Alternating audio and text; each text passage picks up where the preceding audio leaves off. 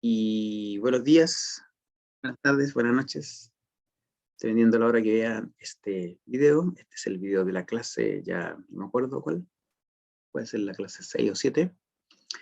Y entonces hoy día revisaremos lo que tiene que ver con, como les decía, terminar un poco con, bueno, no terminar en realidad porque vamos a seguir viéndolo.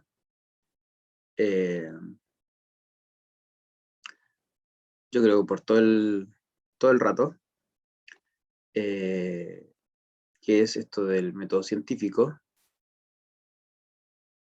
Y de ahí, del método científico, también pasar entonces a un trabajo con habilidades de pensamiento científico, las habilidades que llamamos básicas. Así que yo creo que podemos estar desde aquí hasta las 10 o un poquito antes de las 10 y después hacer un taller. Bueno, ahí vemos cómo nos va, cómo vamos avanzando, ¿ya? Pero un taller muy entretenido que lo tengo en Jamboard para variar, pero también lo subí en una guía, así que si pueden bajar la guía, aquellos que no se pueden meter a Jamboard, generalmente la pueden hacer ahí.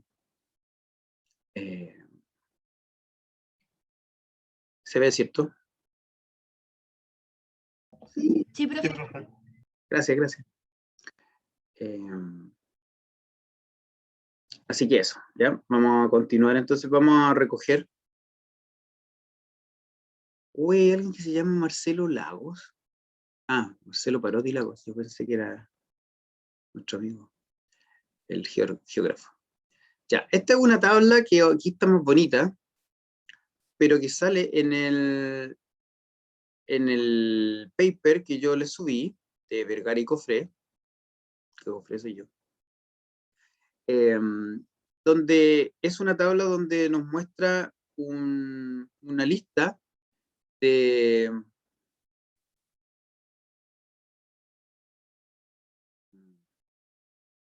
Está dando la duda.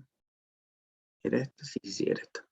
Nos muestra una lista de versiones o visiones de 3 autores diferentes sobre diferentes procesos, habilidades o tareas asociadas a la indagación.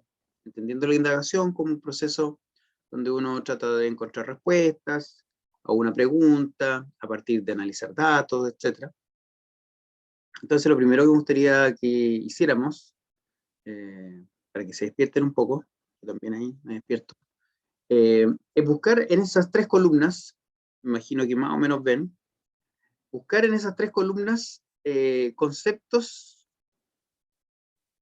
que se repiten. Porque la idea es que lleguemos a lo mejor a algún consenso de finalmente cómo definir este método científico. Y aquí hay 3 propuestas de actividades, habilidades, tareas, procesos que se hacen cuando uno hace ciencia.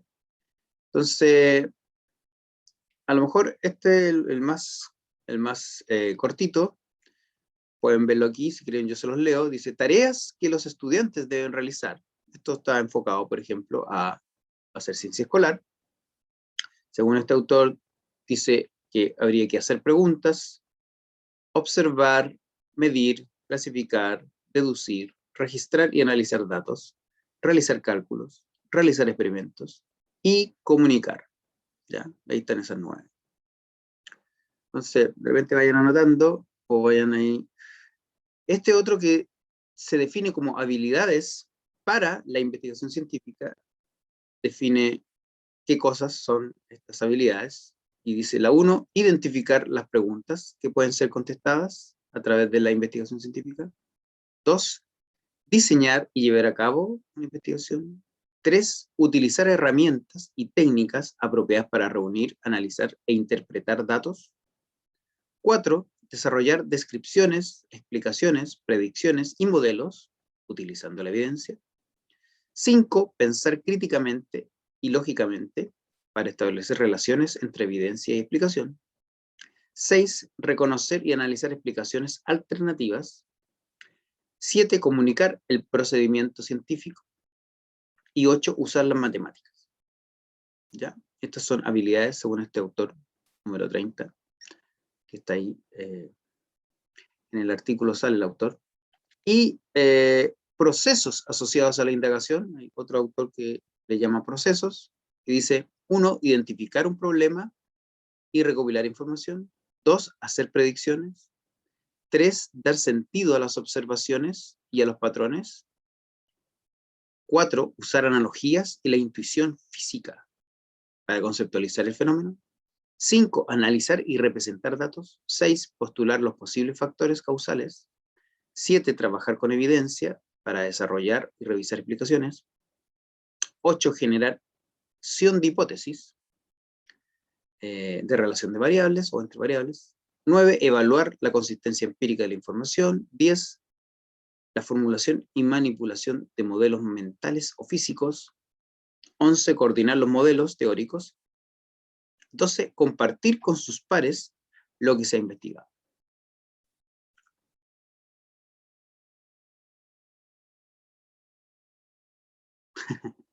Javierita, yo simplemente estoy leyendo la tabla, espero que ustedes más o menos la vean, me cuentan, si no la ven mucho, a lo mejor la puedo agrandar.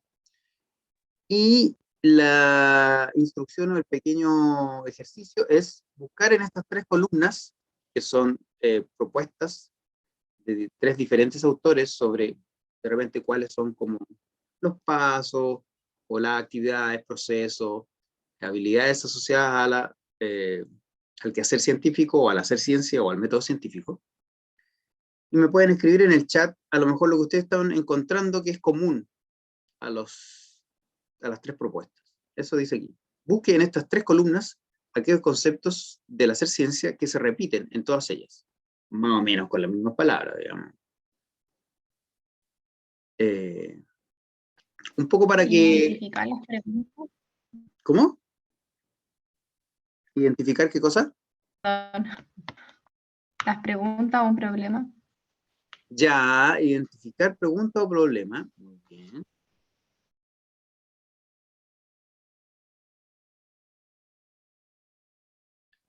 ¿Qué más podría estar ahí? A lo mejor en todos. ¿Qué más podría ser? ¿Alguien más? ¿Ve algo que se repita? Hay cosas que no se repiten, ¿cierto? No sé, aquí sale clasificar y me da la idea que por acá no sale clasificar. Acá dice usar analogías y acá tampoco sale usar analogías. Comunicar el procedimiento, dice Magdalena. Mira, muy bien diría yo. Yo creo que en todos al final sale compartir con sus pares, comunicar el procedimiento, comunicar utilizando. Trabajar con evidencias puede ser. Trabajar con evidencias. Puede ser algo que yo creo que sale por acá, ¿no? Trabajar con evidencias. Y en la otra es desarrollar descripciones, explicaciones y predicciones y modelos utilizando la evidencia. Ya, ¿y en la 3? Parece que aquí no sale, ¿eh? Qué raro que no salga. Pero yo creo que eso es casi. Mire, por acá Valesca dice observación. En este sale observar, y yo diría que en esto no sale observar. Es como raro, porque uno como que tiene metido en la cabeza que el método científico empieza con la observación. Claro, uno podría decir identificar el problema, a lo mejor queda parte de observar, pero... En el primero dice dar sentido a las observaciones, entonces se infiere como un proceso ya, muy de bien, interpretación. ya. Pero en este parece que no sale. ¿Y analizar datos? ¿Juliet dijo eso? Sí. Analizar datos. Muy bien, excelente. Israel dijo hacer preguntas, muy bien, ya lo habíamos dicho. Sí, yo creo que tanto observar, por ahí dijeron, y ¿qué más dijeron? Observar yo creo que es bien importante y trabajar con evidencia. Pero en rigor, de acuerdo a lo que vimos y a lo que ustedes dijeron,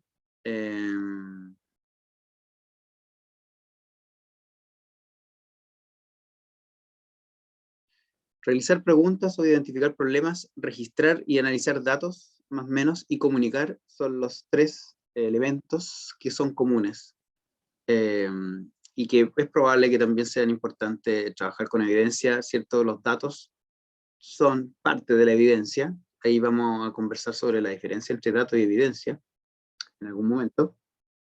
Y claro, las preguntas pueden nacer de observaciones, pero no necesariamente siempre nacen de observaciones. Entonces, aquello que caracteriza al método científico, a la investigación científica, es hacerse preguntas. Los profes, bueno, los profes también, pero los científicos viven de hacerse preguntas, ¿ya? Y justamente entonces lo que tratan es contestar esas preguntas. ¿Y cómo contestan esas preguntas? Registrando, midiendo y analizando los datos que ellos obtienen a través de hacer observaciones, experimentos, mediciones, etc. ¿Ya? Y eso generalmente lo tienen que comunicar, porque si no lo comunican, nadie los conoce. Si no los conocen, no llega a ser nunca conocimiento científico conocido por todo el mundo, sino que se queda como en la experiencia de cada uno. Entonces, es importante comunicar, ¿ya? O muy importante comunicar. Así que, excelente. Muchas gracias por la participación. Vamos a ver si se mueve esta cosita. Y entonces el método científico que nos muestra Waldo, el profesor Waldo, ha sufrido cierto cambio, cierta evolución, ha sido un proceso de desarrollo, y este es el esquema de concepción empirista que habla Waldo. Entonces es un poco parecido al método científico típico de los libros, de que uno observa, de ahí observa, generaliza, hipotetiza y contrasta a través de algún medio, ¿cierto? Más observaciones o experimentos. Este es como uno de los primeros métodos científicos, ¿ya? Observar, generalizar, hipotetizar, contrastar, que es más bien inductivo. Inductivo significa que viene desde la experiencia, y la experiencia generalmente viene de la observación, ¿ya? Eso. Y lo que nos dice el profe Waldo es que el método científico en ciencias naturales es una secuencia lógica, y no una secuencia temporal. No quiere decir que siempre venga primero una observación y después una pregunta. A veces la pregunta puede venir antes y después uno puede contestar la pregunta, hace observaciones. Obviamente sí tiene una secuencia lógica, porque seguramente yo tengo que hipotetizar un poco antes de hacer un diseño para poner a prueba esa hipótesis, ¿ya? No tiene mucho sentido hacer un experimento y después hacer la hipótesis, ¿ya? Pero no es secuencial, sino que es más bien lógico. A eso se refiere Waldo en términos de que puede que te falte a lo mejor un paso, o no incluyas algún elemento que es más o menos típico. Y entonces, lo que yo les quiero transmitir, y que obviamente no se les va a quedar de inmediato porque solo yo se los diga, pero vamos a irlo trabajando, es que este método científico que está aquí, y que sale en Saberia, en algunos libros de texto, por ahí en Wikipedia, no refleja lo que es la metodología que ocupan realmente los científicos, ¿ya? Y de hecho tiene errores, este mismo tiene errores garrafales en términos de incorporar, por ejemplo, aquí la teoría y ley. O sea, no todas las investigaciones terminan con una ley, eso, no hay tantas leyes como artículos científicos existen, y todos los artículos científicos más o menos ocupan el método científico o la indagación, ¿ya? Entonces, esto, tratar de hacerle no, porque tiene, general, principalmente porque es una simplificación muy, muy grande, ¿ya? Y vamos a, obviamente ustedes pueden decir lo contrario, y aquí conversamos, pero les voy a dar algunos ejemplos de por qué no, ¿ya? Sobre todo, por ejemplo, esto de teoría, que después el quinto paso sea ley. Eso en realidad en ninguna parte existe. Las teorías no dan paso a las leyes. Muchas veces las leyes se inventan, o se describen, o se descubren antes antes que las teorías, o viceversa, ¿ya? Entonces, eso. Acá tenemos ahí otro. Este también es típico de los colegios, ¿cierto? Observar, pregunta, hipótesis, experimento, análisis, conclusión y comunicar. Lo interesante es que aquí igual más o menos tenemos algunas coincidencias con lo que vimos recién. Hacer preguntas y comunicar, ¿ya? El problema de aquí, por ejemplo, es que la recolección de datos está solamente ejemplificada por los experimentos. Y eso también es otra cosa que suele ponerse en el método científico y, no sé, yo creo que la mitad de las disciplinas científicas no hacen experimentos porque no pueden, ¿ya? Cualquier investigación que tenga que ver con la pandemia, por ejemplo, que no sean las vacunas, en general no se hacen experimentos porque uno no puede estar experimentando con la gente, por ejemplo, que está enferma, sino que uno tiene que hacer observaciones, por ejemplo, y ver si hay relación entre algunas variables, pero solo observar y registrar, porque uno no puede, no sé, a excepción de cuando genera las vacunas, uno no puede estar ahí manipulando a las personas, ¿ya? Entonces hay otras cosas que uno hace a veces en vez de experimentos. Y entonces les voy a mostrar un par de ejemplos, justamente de dos investigaciones, ¿ya? De dos tipos de investigaciones. Esta investigación dice relación con, uno podría decir la ecología, ¿ya? Y el título de la investigación dice relación entre las características del hábitat y estructura del ensamble de insectos en humedales palustres urbanos del centro-sur de Chile. ¿Ya? Lo hizo una amiga personal, la Romina, que finalmente a ella lo que le interesaba era justamente los insectos. Ella era entomóloga, le gustaban mucho los insectos, y como le gustaban mucho los insectos, estaba muy preocupada por los insectos. Y sobre todo por los que viven en humedales, o sea, en lagunas, en estuarios, desembocaduras de ríos. Y entonces ella quería ver si las características del hábitat se relacionaban con la estructura del ensamble, que le llama uno, que es principalmente la diversidad de especies de insectos, ¿ya? Entonces, en esta investigación se trataron de responder estas preguntas. Entonces, para que vean que una de las cosas importantes es tener preguntas. La primera pregunta era, ¿cuál es la relación entre la diversidad de insectos que habitan los humedales y la calidad del ambiente?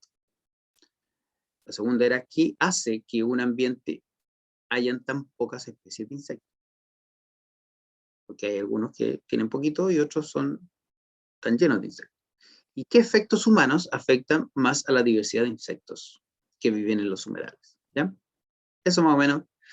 No están tan buenas las preguntas porque están traducidas, lo típico, no, este es en español.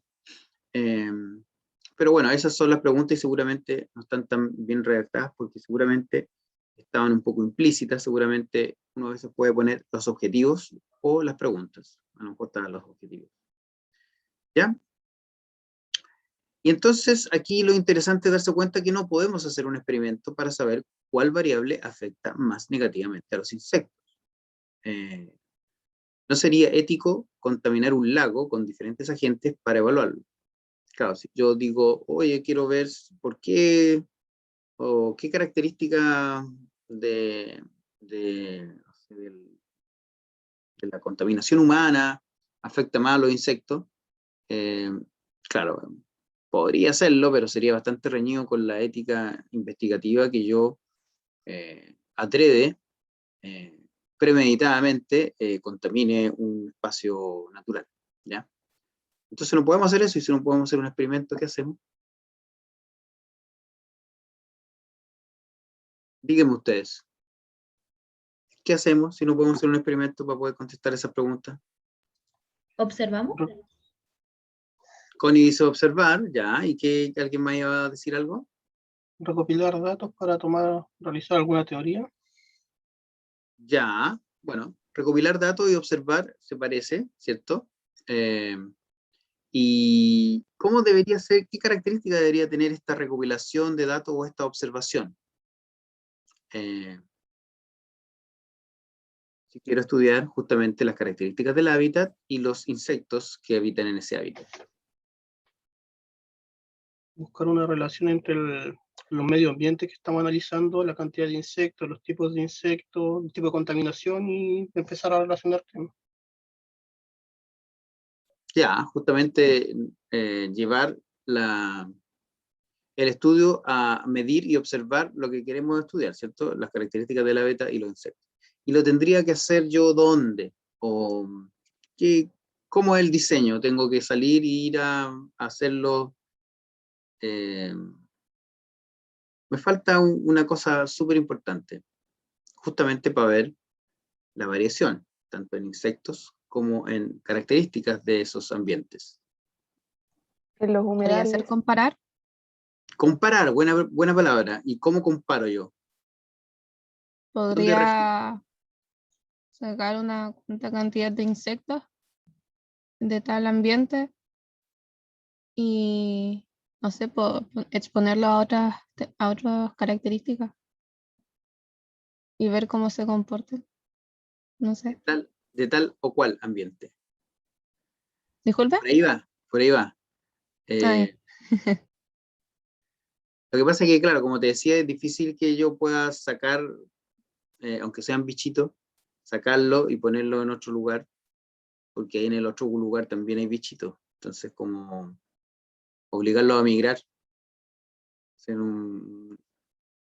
Pero tú dijiste una palabra, o no sé si fue alguien más, comparar. Entonces uno tiene que comparar. Hace un estudio comparativo.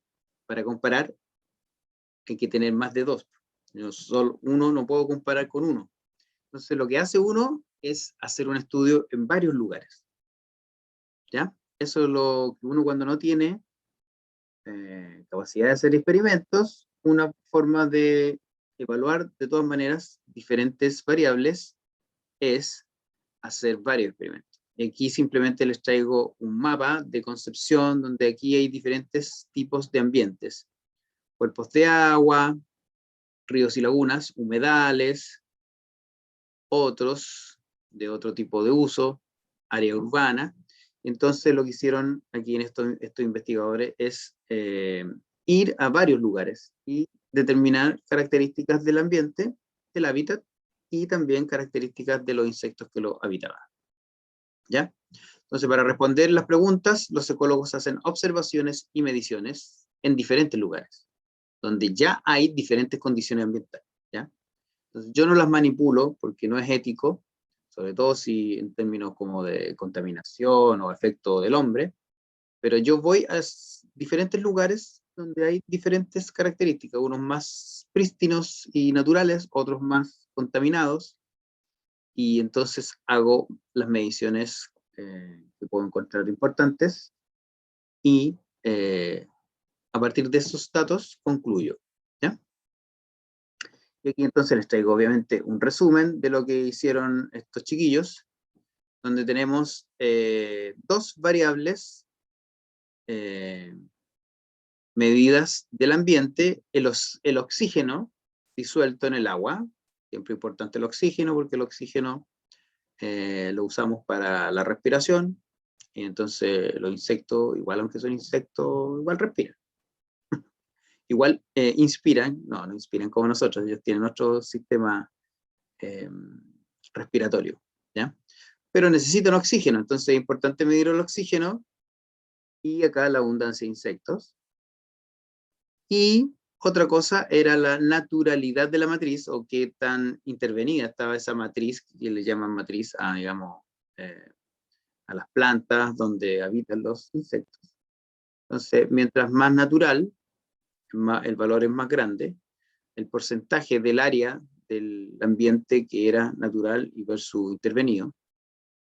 Claro, entonces seguramente fueron a varios que eran más bien intervenidos, seguramente están ahí medio cochinos, medio mezclados con aspectos urbanos, y otros pocos donde finalmente no había tanto de eso. Y nuevamente la abundancia de insectos, ¿ya? Entonces, para hacer la historia corta, el método científico utilizado aquí es más o menos parecido al que sale en los libros, pero no igual. Tenemos una pregunta, que yo les mostré varias, una hipótesis que ellos generaron, que es decir, hay menos insectos a menor calidad del hábitat. Y ahí uno puede decir, bueno, ¿cómo mido la calidad del hábitat? Bueno, donde haya más oxígeno, donde haya una matriz más natural, etc. ¿Ya? Yo hipotetizo eso y entonces voy y observo y mido. No tengo más que hacer. No puedo hacer experimento. Y después que tengo mis mediciones, analizo los datos, muchas veces con estadística, y una vez que yo analizo mis datos, saco ciertas conclusiones. O tengo mis resultados, y estas conclusiones obviamente se comunican porque este es un paper que yo pude leer en una revista, y mi amiga no me lo contó, sino que yo leí su paper. ¿Ya? Eso es un ejemplo entonces de una investigación no experimental. En la ecología, por ejemplo, muchas cosas son no experimentales. Y eso también lleva a algunos problemas, pero finalmente es lo que hay. Como vimos en la clase pasada, creo que vimos, ¿no? El cambio climático se estudia no experimentalmente, porque uno no puede hacer un experimento diciendo ya voy a contaminar, le voy a subir la temperatura con CO2 a este otro planeta. No hay otro planeta. Entonces hay, digamos, preguntas y hay temas en ciencia que no se pueden investigar con experimentos. Todo lo que tenga que ver con geología, por ejemplo, y casi todas las ciencias asociadas a nuestro planeta, como la oceanografía, no sé, pues, climatología, todo eso son tan macro las preguntas que no puedo hacer experimentos. Y si hago un experimento para ver cómo funciona algo así pequeñito, así en forma chiquitito, más que un experimento ahí es un modelo de lo que pasaría en el planeta completo. ¿Ya? Y para terminar, obviamente me pueden hacer todas las consultas que quieran, a lo mejor no me creen que siempre tiene que tener un experimento. Y aquí les voy a mostrar también una investigación que la hizo, miren, Martina Valencia, que es la profesora del otro paralelo. ¿Se quieren ir al otro paralelo? No se vayan al otro paralelo. Pero la Martina es top. Ustedes no saben, pero ella es una neurobióloga muy inteligente, que tiene muchos artículos, y uno de ellos es este. Y es muy interesante el artículo, y se llama "El enriquecimiento ambiental restaura la expresión reducida de sinaptofisina cerebelosa y el deterioro de la coordinación motora en ratas tratadas prenatalmente con beta-metasona". ¿Entendieron algo, no? Es complicado, sí, yo sé. La neurobiología igual es complicada, pero es muy entretenida. Y son cosas muy interesantes que nos tocan directamente. En este caso, por ejemplo, lo que quería ver Martina era el efecto que tiene el que cuando uno es prematuro, generalmente le inyectan a uno corticoides, para que uno pueda, con esos corticoides te ayudan ahí en un lapso de horas a madurar tu sistema respiratorio, porque cuando uno es muy chico, uno es un pescado todavía, entonces no tiene la posibilidad de respirar bien. No sé, cuando uno tiene 6 meses, 7 meses. Entonces, si tiene problemas el parto, o digamos, la gestación, y usted quiere salir, los médicos generalmente le dicen, oye, todavía no, te inyectan eso, y con eso tú puedes salir y respirar mejor. Mi hijo, uno de mis hijos, el Tomasito, el Tomás, no, así ya está grande, el Tomás, nació de 7 meses. Entonces, él cuando estaba ahí y el doctor nos dijo, ¿saben qué? Este chiquillo quiere salir antes y tenemos que sacarlo, les vamos a suministrar este corticoide. Y uno sabe que eso igual hace mal. Pero más mal hace que uno se muera, ¿cierto? ¿O no? no es toma remedios que a la larga hacen mal, pero finalmente si uno no se los toma se puede morir ahora. Y es preferible, igual que el retiro. Tercer retiro es malo, pero uno sobrevive ahora. Entonces, en este caso, Martina quiso estudiar justamente cuál era ese efecto, porque está como descrito, pero exactamente las proteínas y, digamos, los neurotransmisores que afecta, porque se sabe que afecta principalmente el sistema nervioso, no estaba bien descrito, ¿ya? Qué interesante igual. Yo cuando me contó esto quedé así como, ¡ah! Y entonces, este artículo está en inglés, aquí también viene la traducción, a lo mejor no está exactamente, pero dice, en esta investigación se busca responder las siguientes preguntas. El estrés prenatal provoca estrés, el que te pongan estas glucocorticoides. El estrés prenatal, que uno lo puede medir por la exposición a glucocorticoides, a estos corticoides, altera la expresión de proteínas sinápticas del cerebro en los pequeñitos que les pasa eso. Finalmente, el ponerte estos corticoides altera la expresión de proteínas sinápticas en el cerebelo, proteínas sinápticas, o sea, neurotransmisores. La segunda pregunta, el estrés prenatal, nuevamente, altera la coordinación motora.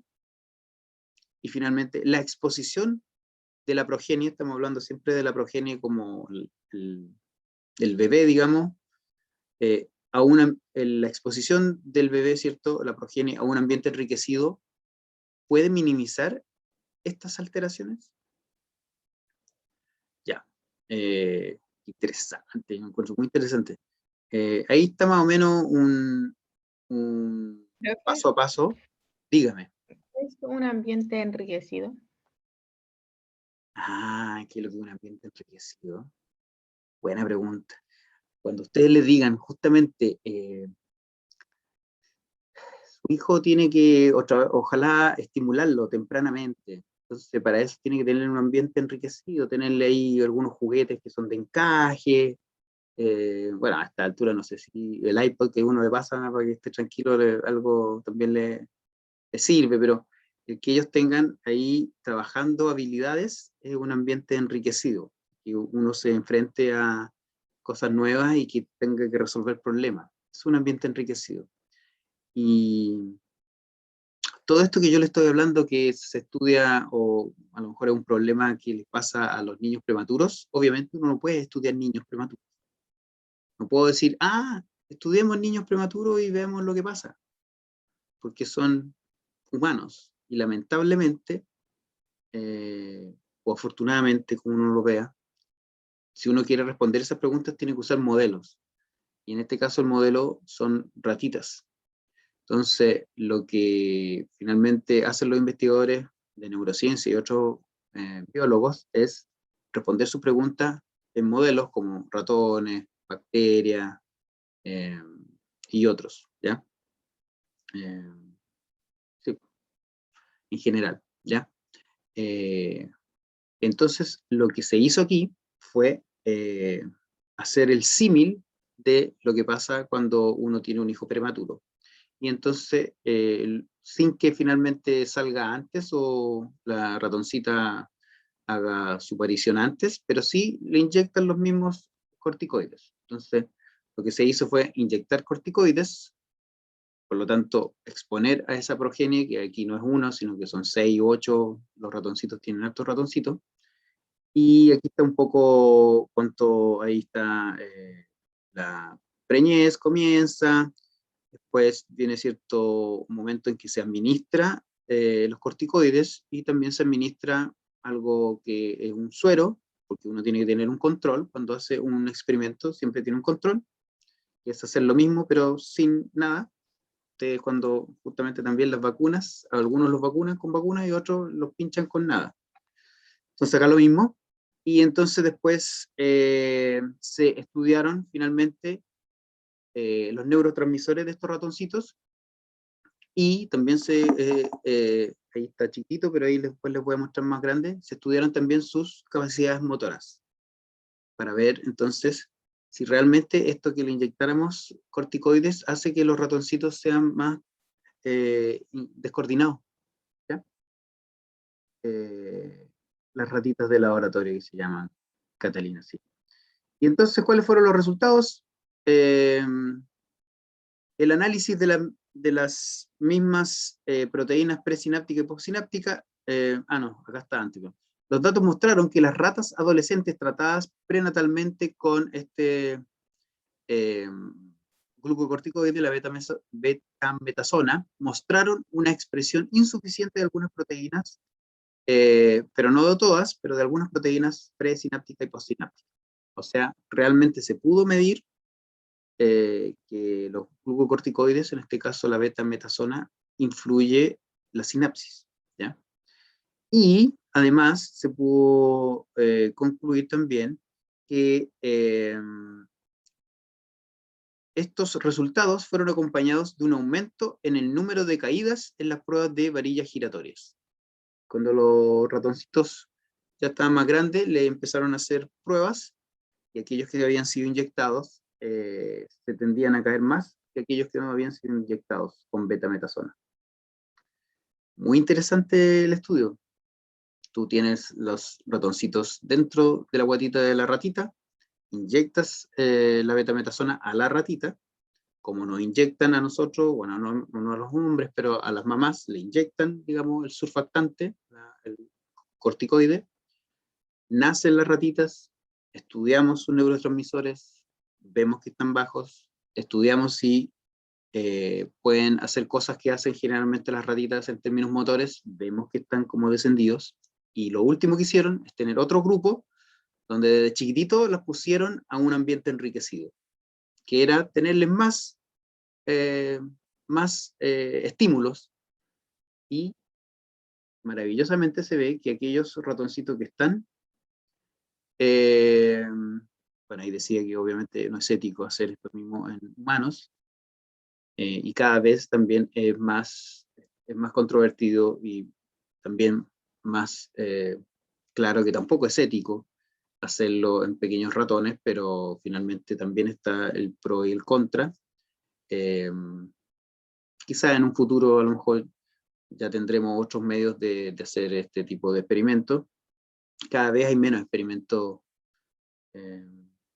usando modelos animales. Ahora, este tipo de experimento no se compara a un experimento para ver si, no sé, el jabón es más o menos oloroso o te produce más o menos alergia. Yo creo que eso hay una gran diferencia entre ocupar modelos animales para cosméticos y otras cosas que para este tipo de investigaciones donde uno finalmente los resultados que saca nos dicen cosas importantes. Si yo hubiera sabido esto, seguramente habría estimulado aún más al Tomás. Nosotros ya sabíamos, así como uno sabe, de que los niños prematuros tienden a tener problemas de motricidad. Entonces nosotros desde chico ahí con el Tomás jugamos a todas esas cosas que hay que jugar. Pero es importante destacar entonces que mira, aquí están las ratitas haciendo ahí sus displays, y muy bonito este gráfico. Solo me voy a centrar en esto. Aquí están los, digamos, los resultados, números de caídas, simplemente así, número de caídas, cuántas veces se cae el ratoncito. A los ratoncitos que se inyectan con surfactante, o sea, con corticoide, tienden a caerse mucho más que los que no se inyectan con nada, o que se inyectan solo con suero, pero aquellos que tienen un ambiente, ¿cómo dijimos que era? Enriquecedor. Muy bien, enriquecido. Los que eran con ambiente enriquecido bajan significativamente sus caídas. O sea, colorario o conclusión: si usted llega a tener un hijo que es prematuro, preocúpese desde chiquitito de estimularlo. ¿Para qué? Para que finalmente pueda tener un desarrollo psicomotor medianamente similar, promedio, a lo que tendría un niño que no es prematuro. En ese sentido, yo sé que el Tomás, no lo cuenten, no le gusta y no finalmente no es bueno para el deporte. Puede que tenga algo que ver, puede que no, pero sí toca el piano muy bonito. Entonces ahí es interesante ver que esta investigación nos muestra que nos da luces para mejorar nuestra calidad de vida, ¿ya? Obviamente si el Tomás no hubiera hecho eso, probablemente hubiera, uno no sabe qué hubiera pasado. Cuando uno nace de 7 meses, es complejo, o más chico, ¿ya? Chuta. Se me olvidó poner el método científico acá. Pero bueno, aquí el método científico sí incluía un experimento y era más o menos parecido al que vimos anteriormente de ecología. Perdonen que se me había olvidado, después lo puedo poner en el... Pero acá había preguntas, también había hipótesis. La hipótesis principal que tenían ahí, o que pusieron a prueba, era que un ambiente enriquecido podría mejorar o llevar a un desarrollo más normal. Y eso se hizo a través de mediciones, pero no de observaciones, sino que de mediciones de experimentos, ¿ya? Se analizaron los datos y se llegaron a una conclusión. En este sentido, a lo mejor aquí la diferencia principal fue el cómo uno recolecta datos para poner a prueba su hipótesis. En un ejemplo, es a través de comparaciones y de más observaciones. En el otro es a través de experimentos con grupo control, ¿ya? Finalmente, uno en un experimento también compara el grupo control con el grupo que uno realiza, digamos, la ejercicio. ¿Ya? Entonces, en esta segunda parte, y espero que de aquí, entonces, a lo mejor al recreo a las 10, no sé que estén muy cansados, me dicen, a lo mejor lo hacemos antes, pero aquí, entonces, ahora me gustaría que revisáramos algunas habilidades de pensamiento científico de nivel básico, que se llama, ¿ya? Aquellas que son, a lo mejor, las más simples, en general, no necesariamente... no necesariamente son básicas, no sé, las que hagan los niños chicos y complejas las que hacen los niños grandes, o no. No simplemente porque las complejas muchas veces como que utilizan las básicas para poder generarse, ¿ya?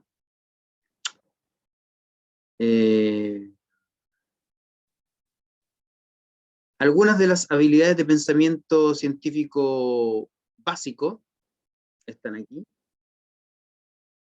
Observar.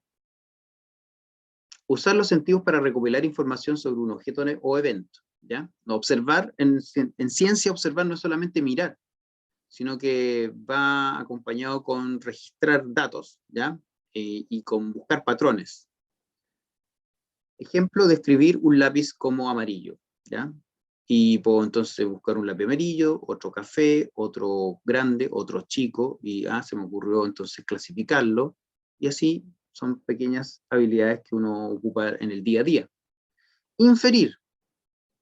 Ojo con esto porque vamos a trabajarla, ¿ya? Hacer una conjetura educada sobre un objeto o evento basado en datos o información. Ejemplo, decir que la persona que usó el lápiz cometió muchos errores porque el borrador estaba bien gastado. ¿Ya? Tenía la goma bien chica, entonces uno puede decir, a lo mejor esta persona se equivocaba mucho. Eso es una inferencia, algo que yo supongo o deduzco a partir de una observación. ¿Ya?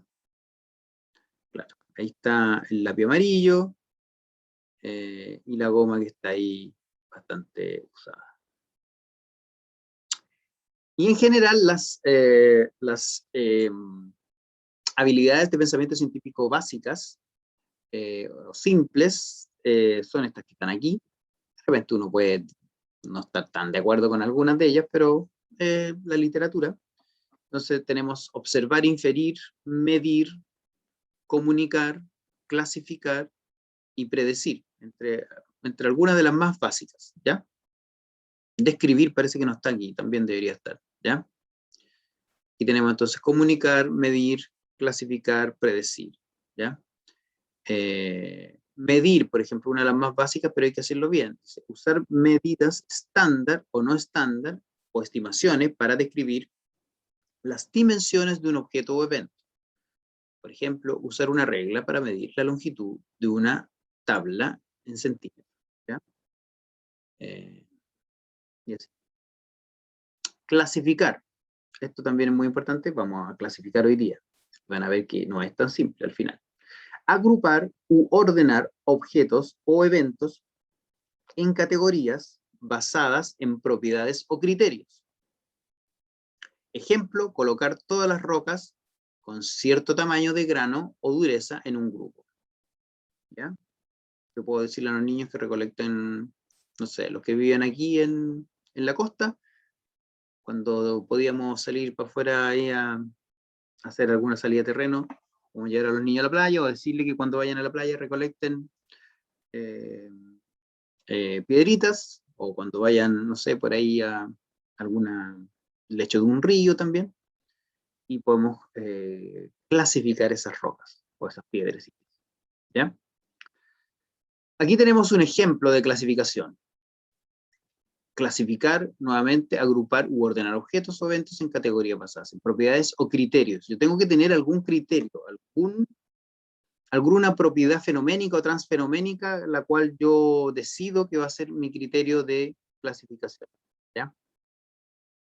Por ejemplo, tipos de rocas según su origen.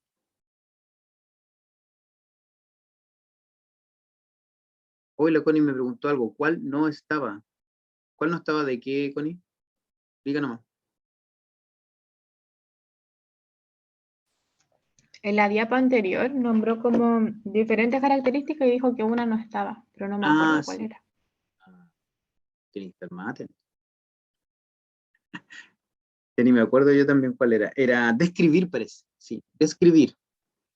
Uno generalmente describe objetos naturales en base a observaciones. Eso es súper importante en realidad.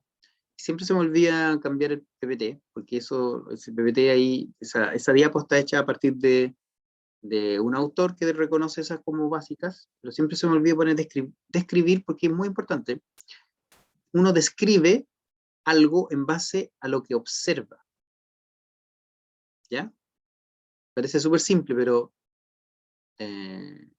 si uno describe cosas a partir de lo que uno cree que tiene en la cosa, cuando después uno le dice a alguien, no, pero si no lo viste, si era así.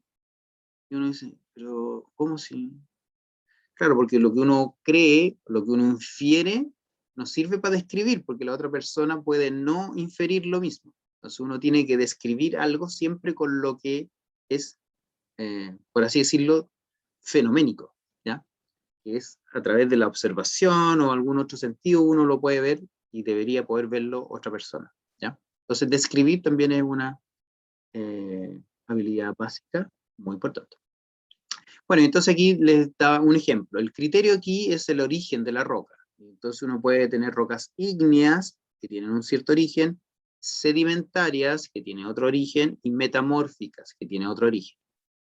Se lo estoy diciendo para que guarden el PPT y después alguna vez van a tener que enseñar tipos de rocas y tienen que hacer clase en, parece que es séptimo o cuarto básico.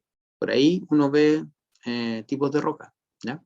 Entonces hay unas que son ígneas, que se forman por la solidificación del magma, y hay algunas que conocemos con nombre, granito, piedra pómez, esas son ígneas. Otras son sedimentarias, y otras son metamórficas, ¿ya? Mármol, pizarra.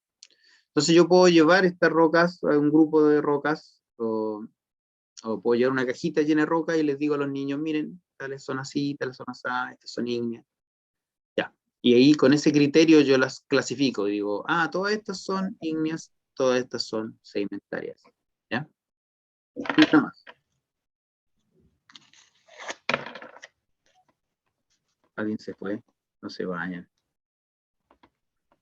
Ya. Y para terminar, porque... no para terminar, pero casi para terminar. Aquí tenemos entonces otro ejemplo de clasificación.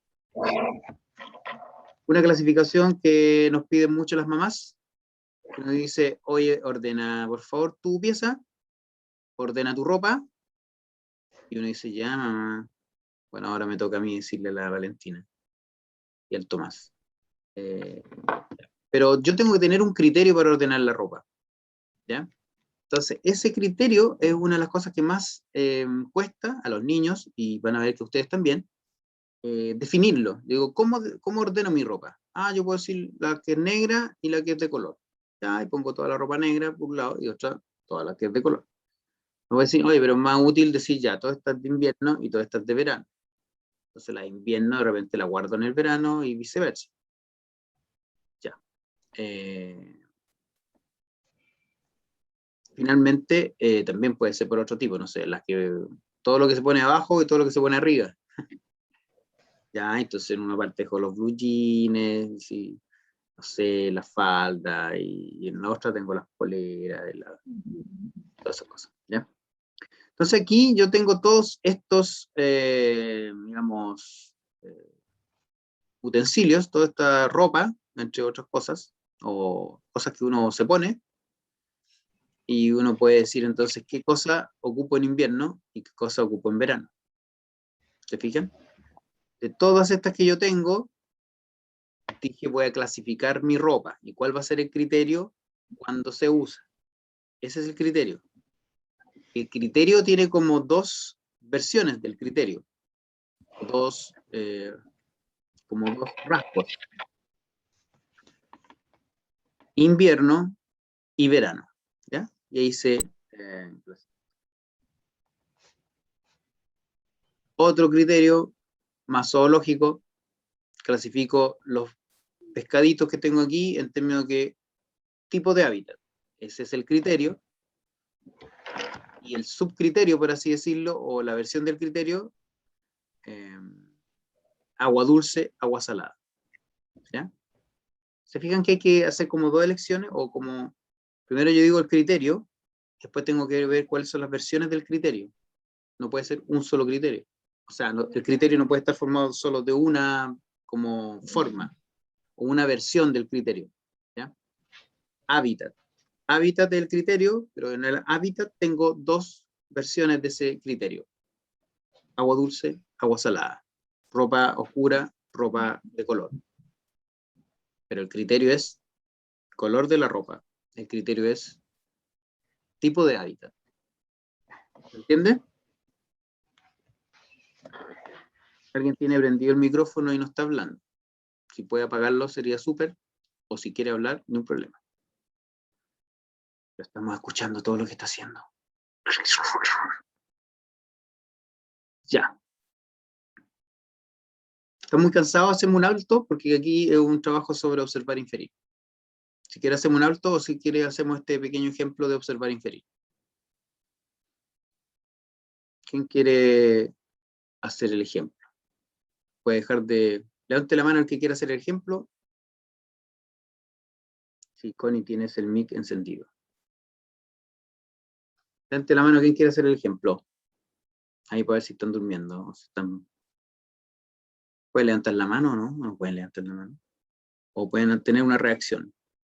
Ah, sí, pueden hacerlo. Solo dos personas quieren hacer el ejemplo, los demás están durmiendo o no quieren hacer el ejemplo. Recreo, dice Catalina. Ah, ya, recreo, sí, no hay problema. ¿Sí? Pero aquí hay dos que quieren recreo y hay dos que tenían la mano levantada para seguir. Entonces, tienen que manifestarse más. Por lo menos uno más. En cualquiera de los dos sentidos. Así lo de democracia. Ah, ya, Josefina y Valentina también quieren recreo. Ya, bueno. Volvemos entonces en 10 minutos. Como por ahí por 20 para las... Eso, 20 para las 10 volvemos. ¿Ya?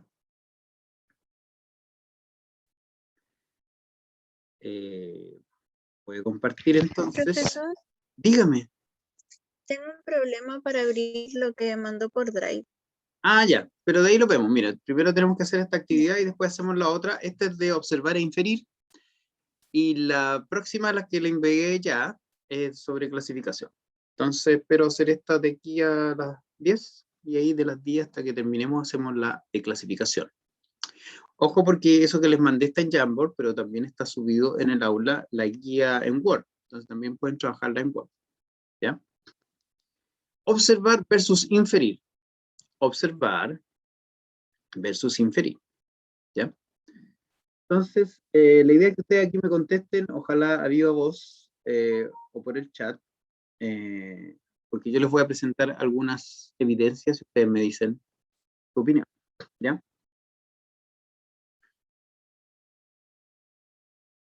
Aquí tenemos entonces, no sé si alcanzan a ver bien, pero tenemos un registro que pueden encontrar ustedes, por ejemplo, en la playa. Y me gustaría que ustedes me dijeran qué observan aquí. Soy todo oídos o todo ojos, si lo escriben en el chat. ¿Qué observan? ¿Huellas? Huellas. Ya, muy bien. Ya. Ustedes dicen que son huellas. ¿Algo más que observen acerca de estas huellas? Como que van donde mismo. Las dos Van, van como en la misma dirección, por así decirlo. O sea, ya. claro, se aproximan. Las dos van hacia la misma dirección. Se aproximan. Ya. O sea, hay dos huellas, porque ustedes me dijeron huellas nomás, ¿cierto? Ya me dijeron entonces, ahora parece que hay dos como huellas que van hacia un mismo lugar, ya. Como dos Dale. tipos de huellas diferentes. Dos huellas de tipo diferente, excelente observación. ¿Y por qué dice que son diferentes? Por su forma. Ya, por su forma, Por el tamaño también. por el tamaño, muy bien. Alguien dice por ahí que las dos son de pájaro. Ya. Se aproximan, muy bien. ¿Qué más? ¿Algo más que puedan observar? ¿O eso es todo lo que pueden observar? ¿Me pueden decir algo más llevando a observación o a través de la observación? Que son varias huellas que hacen un rastro. Ya, son varias huellas, son una línea de huellas, ya. ¿Quién dijo que eran varias recién? Contestó por ahí. Israel, no. No, yo. Tomás, tú que dices que son varias, ¿podrías decir cuántas? ¿O es imposible decir cuántas? ¿Se pueden decir Que cuántas claro, son? claro, uno se las puede contar porque... Uno las puede contar, ya. Ujú. Nadie las cuenta, ves que hago este ejercicio, nadie me dice son 14 huellas, las de abajo, por ejemplo. Eso es parte de observar, ¿ya? Cuando uno observa, científicamente también lo hace para generar datos, ¿ya? Y yo podría generar datos en este sentido, ¿ya? Son contables, ¿ya? Muy bien. ¿Qué se observa aquí? Han respondido bastante bien, con bastantes observaciones. Los felicito. Mira, Daniela, muy bien, 35 huellas de arriba. Excelente. No, se pasaron, lo hicieron muy bien, mejor que otros cursos de antaño. Ya. Alguien dice por ahí, huellas dejadas por dos aves que caminan hacia la misma dirección. Por ahí alguien dijo que eran huellas de aves, ¿ya? Alguien dijo eso, pero la mayoría no se casó con nada en términos de quién son, pero sí pudieron decir que van hacia la misma dirección. Eso sí lo dijeron varios, ¿ya? Así que más o menos coincide con lo que yo puse ahí. Pero, ¿cómo podríamos saber que estas huellas fueron dejadas por aves? Porque alguien por ahí dijo que eran de aves. A lo mejor son de pájaro, dijo Magdalena. ¿Por qué dice Magdalena que son de pájaro y no son de, no sé, de hipopótamo o de pescado? ¿Por qué dice que O son de aves? sea, yo lo saqué por el tamaño y por la forma. La forma, ya. Porque ¿a qué te refieres con la forma? ¿Qué tiene la forma? Son así como chiquititas y con así como las que dejan los pájaros en la playa, por ejemplo. Muy bien, ¿cierto? Como las que dejan en la playa. Iván nos da un dato observable, nos dice la cantidad de dedos. Ya, dice 3 dedos. ¿Cuántos dedos tenemos nosotros? En general, los mamíferos tienen, bueno, pueden tener 4 también, pero aquí se ve, como dice Israel, 3 dedos, ¿cierto? ¿O no? Aquí se ven 3. En este otro, ¿cuántos se ven? 4. 4, Anita. ¿O no? Antia, perdón. Perdón. Antia dice que son 4 y... El dedito que tienen hacia atrás. Ah, porque hay 3 para adelante y 1 para atrás. 4, dice Daniela también, de los que van arriba. El que va abajo tiene 3 nomás. Ahora, se ven 3 en la huella. A lo mejor el pájaro que lo dejó tiene 4, pero el otro a lo mejor no se apoya. ¿Ya? ¿Ven? Entonces, cuando yo les pregunto esto, ustedes me dan más datos observables que no me dieron antes. No me dijeron, nadie me dijo, son huellas con 3 dedos para adelante y 1 para atrás. Y eso es algo observable. Entonces se dan cuenta que en este ejercicio yo les digo que observen y ustedes observan algunas cosas, pero no observan otras. Y observan cosas que a lo mejor no son tan observables. ¿Ya? Porque yo me podría decir, mire, son huellas con 3 dedos para adelante y 1 para atrás, pero no sé si son de pájaro realmente. No estoy tan seguro. Sí, estoy medianamente seguro porque la he visto en la playa, y en la playa generalmente uno ve pajaritos, no ve elefantes. ¿Ya? Podría decir que no son elefantes. Ya. Si yo digo realmente así, con toda mi confianza, son huellas de pájaros o huellas de aves, ¿eso realmente es una observación o es una inferencia?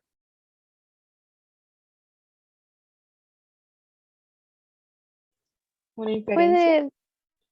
Una inferencia, dice Josefina, parece. ¿Qué puede?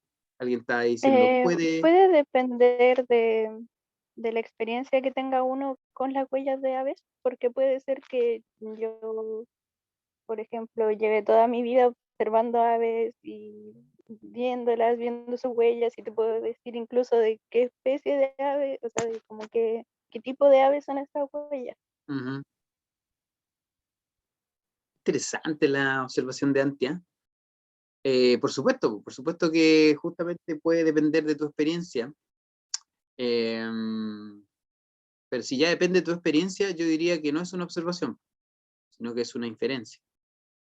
Porque las observaciones deberían poder ser comunes a todos aquellos que las observan. Eso en general, pues igual hay observaciones que requieren un poco de entrenamiento. Sí, pues, la Connie dice que sería subjetivo y tiene cosas subjetivas, generalmente el análisis científico, aunque uno crea que es súper objetivo, en general igual siempre hay un pequeño grado de subjetividad que uno trata de eliminarlo, obviamente, pero que siempre está. ¿Ya? Porque a diferencia como cuando nos pregunta el celular, ¿usted es un robot? Nosotros no somos robots. Entonces igual siempre tenemos algo subjetivo. Por ejemplo, nuestra experiencia. Entonces alguien dice, oye, pero yo sé que son de pájaro, porque yo toda mi vida he estado ahí en la playa, y yo sé hasta caloroso y sé de qué pájaro es, porque soy un pajarólogo, o una pajaróloga. Ya, pues, pero cuando yo miro, yo veo unos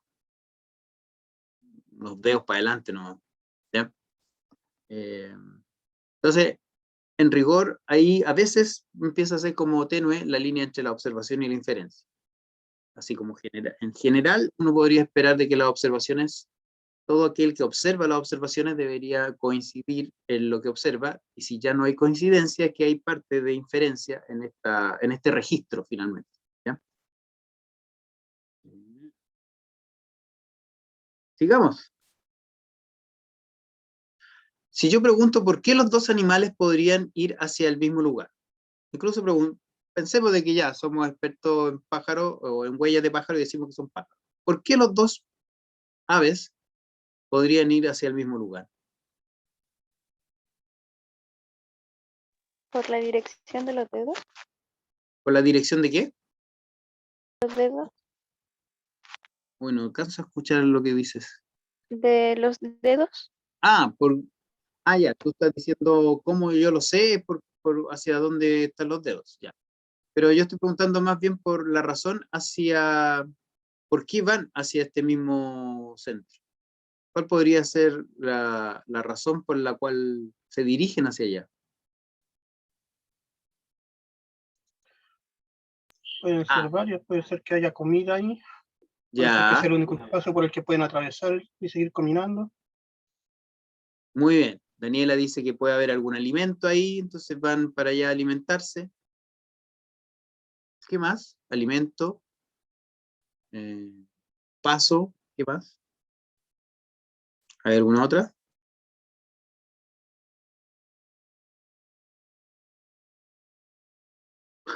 Israel dice que van a pelear. ¿Por qué? ¿Por qué, Israel? Paz. Bueno, esto que estamos diciendo, ¿siguen siendo observaciones? Ambos se mueven hacia una fuente de agua. Nadie me dijo que iban a tomar agua. ¿Ven? Los pajaritos siempre toman agua. Esto que estamos diciendo, ¿son más bien inferencias o observaciones? Inferencia. El proponer hacia dónde van. Inferencia, porque no hay Inferencia. una evidencia. Se notó al tiro la diferencia entre observar y inferir. Más o menos teníamos por lo menos 3 diferentes inferencias. A buscar agua, a pelear, a un refugio, comida. Esta particular inferencia se parece mucho a una hipótesis también, ¿ya? La hipótesis en general son inferencias, ¿ya? Sí, profe, me dice Catalina. ¿De qué? De que si se entiende. Ya, pero esta actividad que yo hago, que espero que ustedes alguna vez después, cuando sean grandes profesoras y profesores, la hagan con sus estudiantes, y se acuerden de mí, sirve justamente para diferenciar lo de observación e inferir.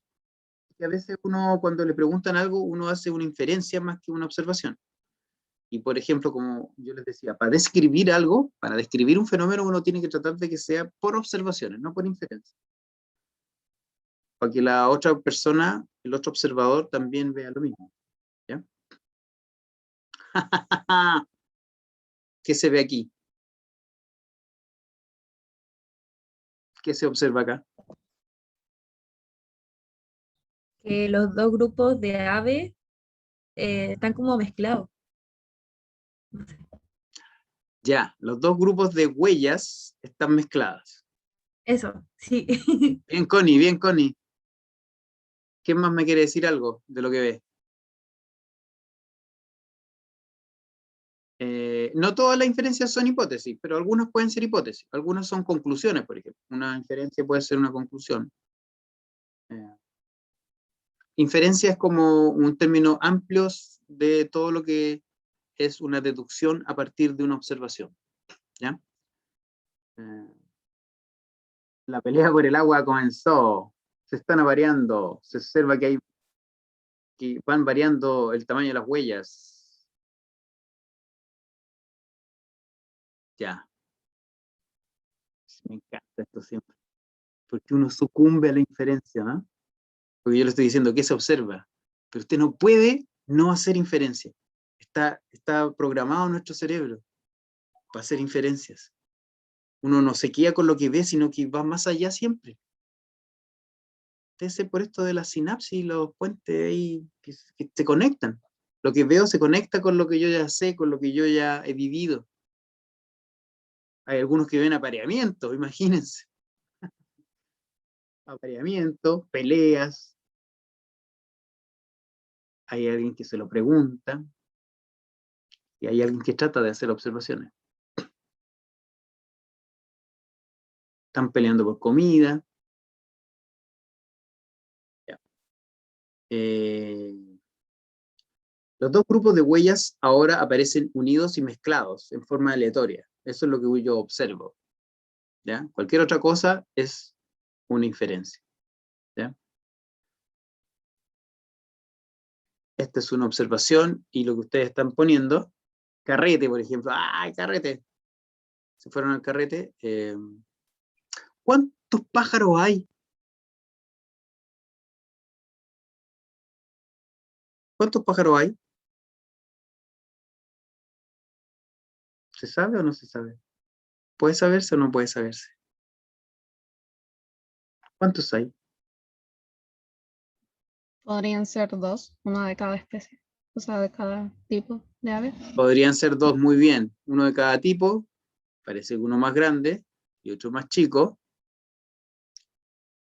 A lo mejor podríamos, a lo mejor esto es algo, no sé, pues una foto desde arriba de la playa, y entonces si vemos bien, a lo mejor vemos que algunos individuos pueden haber pasado por encima de las huellas, y puede que haya más de 2, porque algunos usaron las mismas huellas.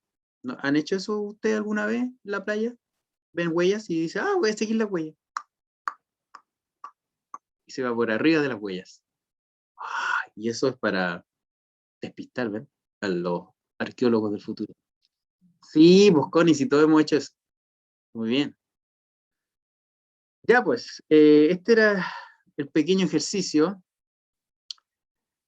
Los dos pájaros están peleando, es principalmente una inferencia, ¿no?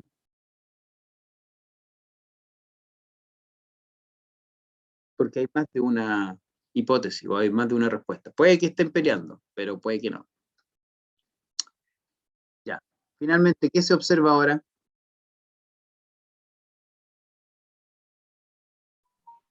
¿Qué observan ahora? Que solo un tipo de huella continúa avanzando. Muy bien, Antia. Excelente observación. Solo un tipo de huella continúa o sale desde ese último lugar donde habían huellas mezcladas. ¿Algo más? Victoria, dice Israel. Victoria. Salió victorioso el más grande. ¿Qué es lo que es eso, Israel? Lo que estás diciendo tú, ¿una observación o una inferencia? Es que igual el otro tipo de ave pudo haberse ido volando, si es que tiene la capacidad de volar. Gabriela está proponiendo una hipótesis alternativa. Entonces no es necesariamente significa que hubo como una victoria, sí, o una pelea, como dice Israel. Antes dice que se lo comió. Imagínense si fue un tiuque y un chorlo chiquitito, a lo mejor se lo comió. Pero el chorlo tendría que haber sido bien pajarón para irse justo al mismo lugar que el tiuque. ¿Qué otra hipótesis se le ocurre? ¿Qué otra inferencia? Que las huellas que se están yendo es porque se aburrieron de estar ahí nomás, dice Magdalena. El carrete se puso fome y se fue el grande, y el chico todavía está ahí, y no le ha pasado nada. Puede que el chico se haya quedado descansando ahí. Claro, el chico se quedó descansando. ¿Qué es lo que siempre me dicen las estudiantes más tiernas? Las estudiantes más maternales. ¿Qué me dicen? Se lo llevo arribita. Antia es una... y hasta prendió la cámara de... Se lo llevó arribita. ¿Cómo es eso de llevárselo arribita? Ay, no.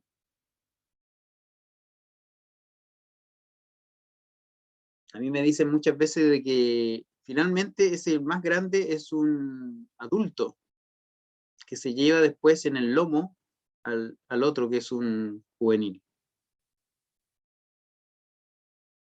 Ya, también Daniela dice, estaban ahí generando un nido y el más grande se fue y la otra más chica, si es una hembra, a lo mejor está ahí todavía. ¿Ya? Oye, excelente. ¿Qué se puede inferir? Bueno, ahí está el resumen, ¿ya? Me parece excelente participación de ustedes. En general, al principio hicieron varias observaciones, les faltaron hacer algunas, pero siempre faltan, nunca las pueden hacer todas, porque uno, ahí se le van cosas, y en general se resistieron bastante a hacer inferencias, hasta que yo les pido que hagan alguna inferencia, también, ¿ya? Y entonces ustedes a sus pequeños estudiantes deben transmitirle esta diferencia, ¿ya? Porque no es lo mismo la observación de la inferencia, no es una buena y otra mala, no es una más desarrollada que la otra, sino que son diferentes, ¿ya? Cuando yo estoy haciendo un laboratorio y le digo, ¿qué está viendo en el microscopio? Yo trato de que usted me diga lo que está viendo en el microscopio, lo que está observando, no lo que se está imaginando, ¿ya? A no ser que yo le diga, haga una hipótesis de por qué, no sé, el paramecio tal cosa, por qué la euglena se mueve tanto, no sé. Si yo le pido una inferencia, la idea es que responda una inferencia. Si le pido que observe, que me dé una observación, ¿ya? Y ahí están las definiciones nuevamente de observación, enunciados descriptivos acerca de los fenómenos que directamente accesibles a los sentidos, ¿ya? Entonces, por eso, en general, deberían ser coincidentes, ¿ya? Entre diferentes observadores, ¿ya? Deberíamos poder llegar a un consenso. Objetos que se sueltan por encima del nivel del suelo tienden a caer y chocar con el suelo. Ah, es una observación. En general uno ve que cuando algo se cae, no pasa del suelo para abajo, o cuando yo suelto algo cae. Es una observación, no hay nada que hacer, a no ser que no se sea un globo con helio. Por el contrario, las inferencias son declaraciones, afirmaciones acerca de los fenómenos que no son directamente accesibles a los sentidos, ¿ya? Y que puede que también sea una única respuesta, pero no es directamente accesible, como la explicación que uno da aquí de por qué caen las cosas al suelo, ¿ya?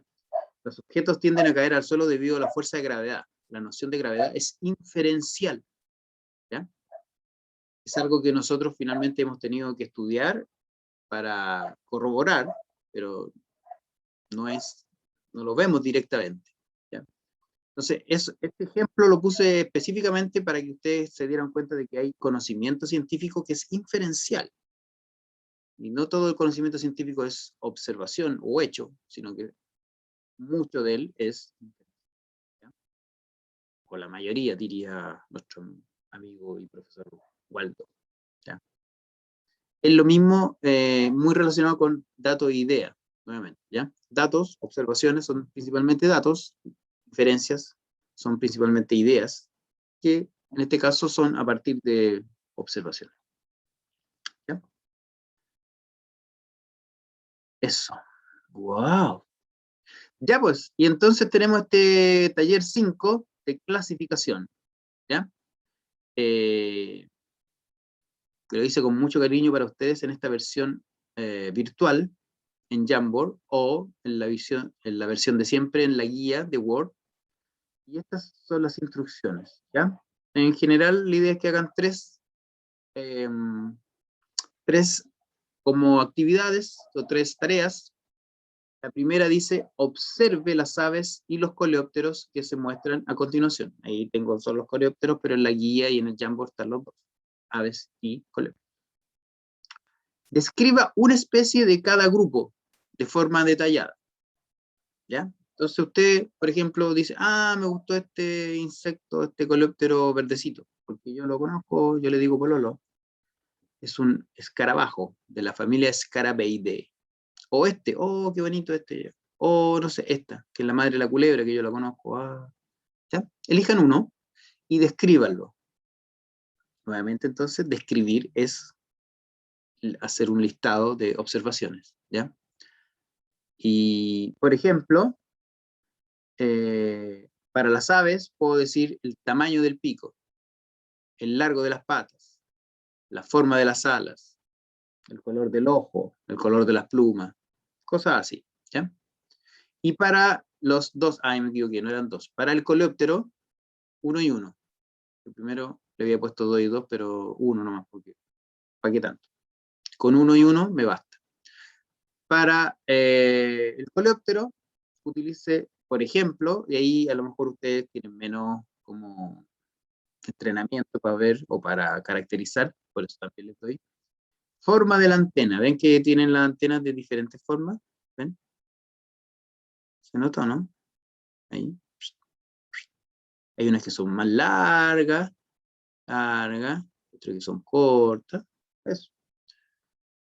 Forma de la antena, forma corporal, proporción del largo de la antena, el largo del cuerpo, no sé, grosor de las patitas, número de patas, no, porque en general todos estos tienen 6.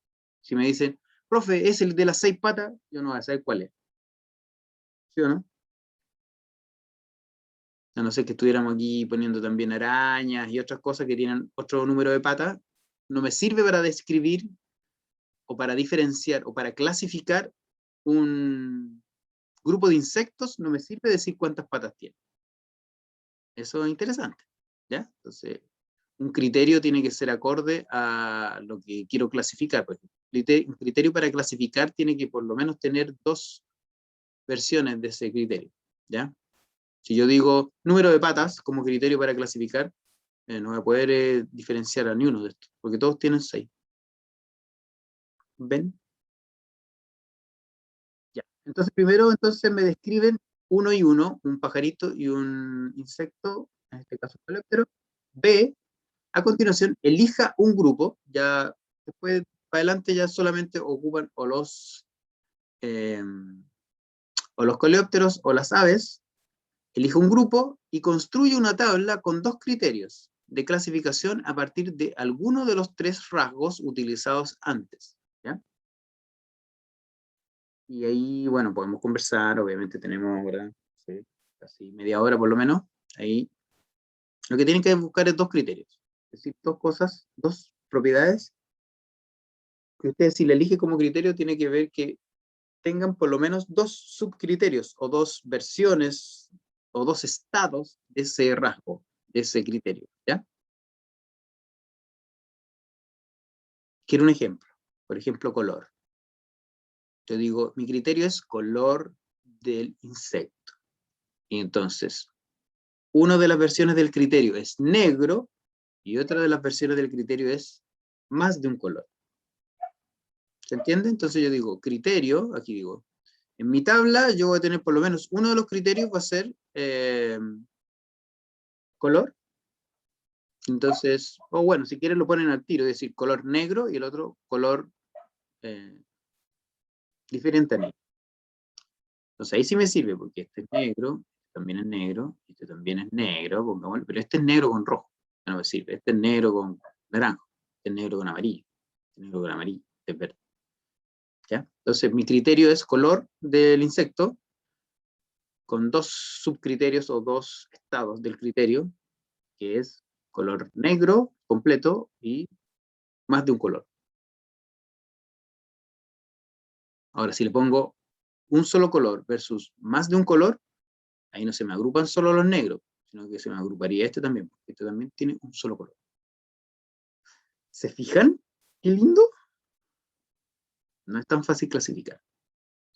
Ahora lo entiendo porque no tienen tan ordenada la pieza, porque les cuesta clasificar. Ya. Por eso soy comprensivo con mis hijos. Y la última, a partir de ella, y ahí se me olvidó poner, pero a partir de la, digamos, de la tabla anterior, ordene ahora y clasifique la totalidad de las especies en 4 distintos grupos. Vamos a ver. Sí, yo sé que es difícil, pero vamos a hacerlo, ¿ya? Listo. Eso ya lo tienen en el Jamboard y ya lo tienen en la guía. Así que se los voy a mostrar en el Jamboard para que vean más o menos.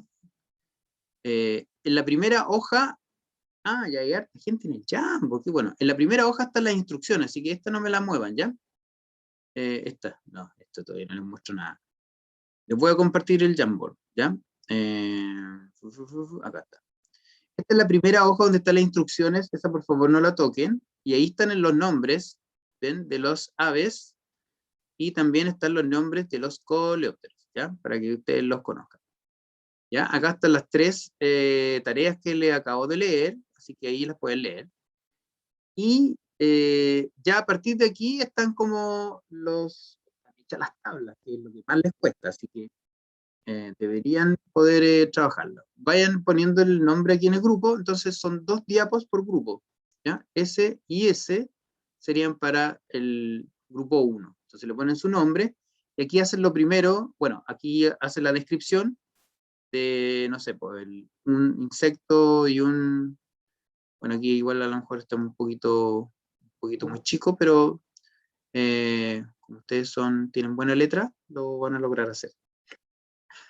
Pero aquí igual ya podrían, si ustedes quieren, borren uno de los grupos, porque ahí después se dice la B, elija uno. Entonces, si ustedes eligen hacerlo con coleóptero y pueden eliminar todas las avesitas, no se preocupen, yo después las vuelvo a poner. Entonces, al borrar uno de los grupos van a tener más espacio para hacer la descripción. La descripción sí, de uno de los, por ejemplo, ustedes pueden querer describir ese. Ya, puede describir este. Ah, ya, este tiene tal color, las patas son así, las antenas son así, el cuerpo está así. Y puede querer describir ese ave. Entonces, descríbame esos. Y después que los describió, le pone el número si quiere, o si quiere, se va a la primera y ve cómo se llama. El 6 se llama Lampíridos, es de la familia Lampíridae, es una luciérnaga, qué lindo. Y entonces escriben ahí, y después hacen la otra actividad que es generar esta tabla, ¿ya? Y esa tabla se genera solo con uno de los grupos, ¿ya? Por eso dice aves o coleópteros, es uno de los dos. Entonces pueden borrar el grupo que no van a ocupar, ¿ya? Tienen permiso para eso. Y como siempre, póngale entonces nombre a cualquiera que quiera, le pone nombre aquí en grupo 1, póngale grupo 1, ¿ya? Y nuevamente, si quieren hacer grupo, y no tenemos ningún problema en hacer eso, yo les genero los grupos, ¿ya? Vamos a crear, no sé, unos 8 o 9 grupos. ¿Cuántos somos? 27. 3 por 9, 27. O 8 grupos, por si hay alguien o 9 grupos, ¿ya? Así que ustedes me dicen si lo asigno a salitas pequeñas, y ahí pueden trabajar o en Jamboard o con la guía. Si todos tienen la guía o uno tiene la guía y la comparte, también pueden trabajarlo en la guía, no hay ningún problema. Y lo interesante es que en el Jamboard me queda a mí ahí, he hecho su trabajo, en la guía, si quieren me lo mandan, o si quieren simplemente lo revisamos a la próxima clase entre todos, ¿ya? Son las 10:15, tenemos exactamente media hora para que hagan esta actividad. Yo por lo que vi, hay ya muchas personas en el Jamboard, pero si alguien quiere entrar y no puede, está más que claro que me puede mandar a pedir, aunque, bueno, ahí vemos, sí, como siempre. Nadie me ha pedido nada, así que seguramente los que están ahí, que son 14, imagínense, Valentina ha llegado, Pamela también se ha unido, ya somos 16 ya hay. ¿Ya? Pero recuerden entonces de la primera diapo no la modifiquen porque esa es la instrucción. Y de ahí para adelante hay, yo diría, 7 u 8 grupos. ¿Ya? No puedo hacer más porque los grupos son, o sea, el Jamboard permite solamente 20 diapos, 20 láminas, 20 pizarras, ¿ya? Así que, Antia no puede entrar.